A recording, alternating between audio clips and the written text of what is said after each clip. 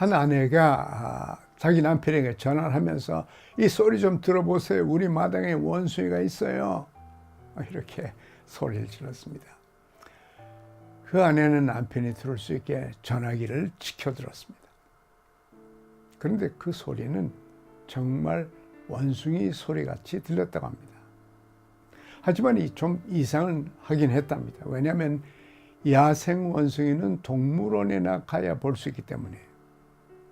나중에 그 여자의 그 아내의 아버지가 이 부부의 망상을 깨뜨려 주었습니다.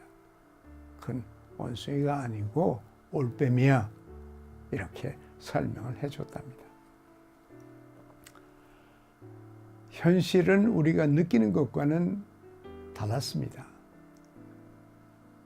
산헤립 왕의 군대가 유다 왕 히스기야가 있는 그 예루살렘 성을 에워쌌을 때 아수르 사람들은 승리가 자기들 것이라고 생각을 했습니다.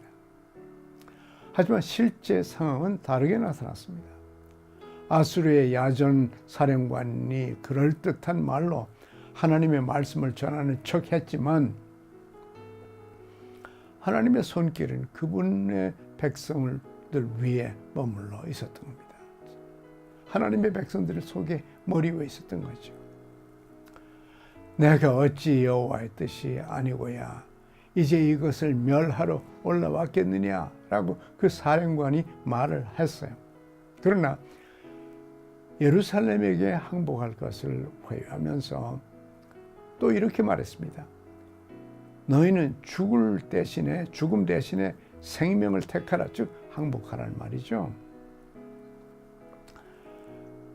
근데 그것이 하나님이 하시는 말씀처럼 들리긴 합니다. 그러나 이사야 선지자는 이스라엘 백성들에게 하나님의 참된 말씀을 전해주었습니다. 하나님께서 말씀하시기를 산헤립은 이 성에 이르지 못하며 이리로 활을 쏘지 못할 것이다. 내가 이 성을 보호하며 구원하리라. 이렇게 이사야를 통해서 말씀하셨던 겁니다.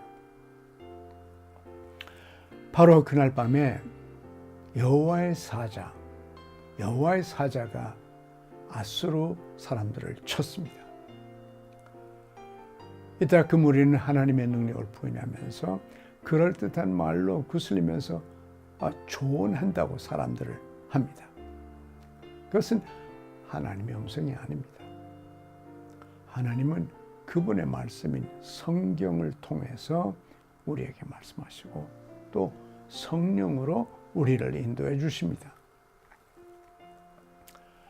하나님의 손은 그분을 따르는 자들 위에 있고 또 하나님은 우리를 결코 버리지 않으신다고 하셨습니다.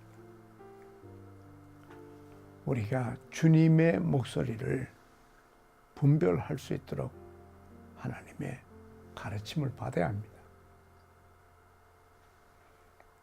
하나님만이 언제나 신뢰할 수 있는 분입니다. 아멘.